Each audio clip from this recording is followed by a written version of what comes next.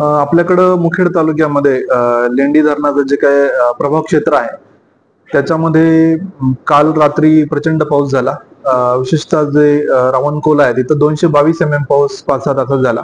लेंडीला 95 mm झाला आणि अहमदपूर बिदर या जिल्ह्यातही प्रचंड पाऊस झाल्यामुळं आपले जे प्रभाव क्षेत्रातले जे गाव आहेत त्यामध्ये प्रामुख्याने सर्व गावांना प्रॉब्लेम आला, पण जास्तीत जास्त प्रॉब्लेम हे रावणगाव, हसनाळ, बिंगोली या गावांना समस्या आली आणि जवळजवळ लोक तिथे अडकले होते. 225 लोक रावणगावमध्ये होते, हसनाळमध्ये 7 ते 8 लोक होते, बिंगोलीमध्ये 40 लोक होते.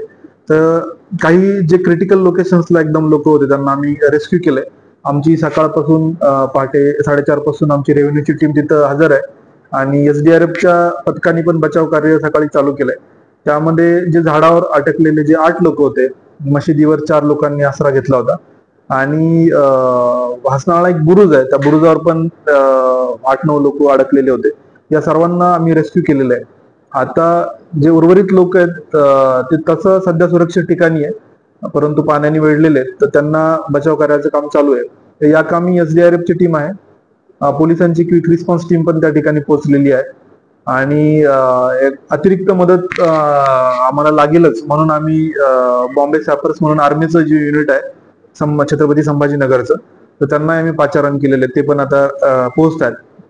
तर प्रामुख्याने सध्या रेस्क्यूचं काम हेच आमचं प्राधान्याने आम्ही करतोय, या लोकांना सोडवणे. दुसरीकडं जी प्राण्यांची हानी मोठ्या प्रमाणावर झालेली आहे, विशेषतः शेळ्या आणि जनावरं जे आहेत हे मोठ्या प्रमाणावर दगावलेले आहेत. याचा आकडा निश्चित करण्याचं काम पशुसंवर्धन विभाग करतोय, परंतु संख्या 150-200 पेक्षाही जास्त आहे, तर ते आपल्याला लवकरच कळेल. त्याचसोबत आता पुढच्या येणारा जो दिवस आहे याच्यामध्ये लातूरला ऑरेंज अलर्ट आहे आणि आपल्याकडं पण वेदर फोरकास्ट मध्ये पाऊस आहे. तर यामध्ये विसर्गाचा मॅनेजमेंट मोठा मुद्दा आहे. तर मी जे तेलंगणाचे प्रधान सचिव आहेत जलसंपदाचे, त्यांच्याशी मी संपर्क साधलेला आहे आणि पोचमपाड धरणातून जो होणारा विसर्ग आहे तर त्याला व्यवस्थित मॅनेज करण्यासाठी आमचं चांगलं कोऑर्डिनेशन आहे. बिदर कलेक्टर आहे, लातूर कलेक्टर आहे, यांच्यासोबत पण आम्ही एक आता चर्चा केली. दुर्दैवाने तिकडून येणारा जो फ्लो आहे तो अनकंट्रोल्ड आहे, परंतु तिथल्या ज्या फ्लो लेवल्स आहेत तर त्या वेळोवेळी आम्हाला ते शेअर करतायत. परंतु सुदैवाने आता पाऊस थांबलाय आणि पाणी पातळी थोडीशी ओसरलेली आहे, तर जे उर्वरित जे बचाव कार्य आहे ते आम्ही लवकरात लवकर पूर्ण करू.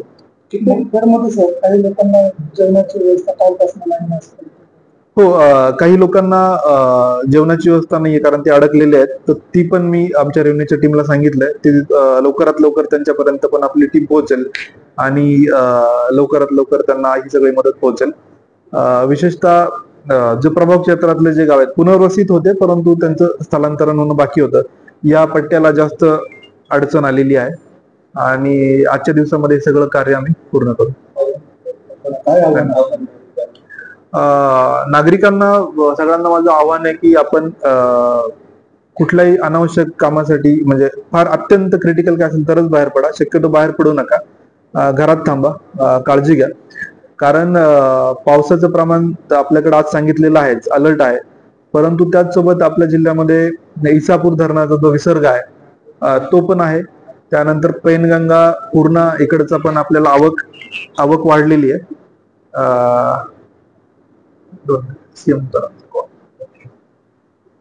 नुकसान काल मी जेव्हा दौरा केला, विष्णुपुरी डॅमला पण भेट दिली आणि सर्व कृषी अधिकाऱ्यांची विषय घेतली, त्यावेळेस ढोबळ पाण्याने 1 लाखभर हेक्टरचं नुकसान झालं असण्याची शक्यता सगळ्यांनी वर्तवली. परंतु सध्याची कंडिशन आहे की आपण नुकसान असेसमेंट पण करू शकत नाही, कारण पाण्याखाली बरंच क्षेत्र आहे, त्यामुळं तो अंदाज आपला येईल. सध्या आमचं मेन फोकस आहे की कुठं रेस्क्यू ऑपरेशन्स जे आहेत ते प्राधान्याने करणे आणि ज्या ठिकाणी शाळा विशेषतः धोकेदायक होत्या त्या ठिकाणी आम्ही शाळा त्याच बंद ठेवलेल्या आहेत. तर कुठे लोकांनी संकटात पडू नये किंवा ज्या ठिकाणी अडचण आहे त्या ठिकाणी लोकांना प्रायोरिटी आम्ही लक्ष देतोय. हे पाणी ओसरल्यानंतर आम्ही ते पंचनाम्याचं काम पण वेगाने करू.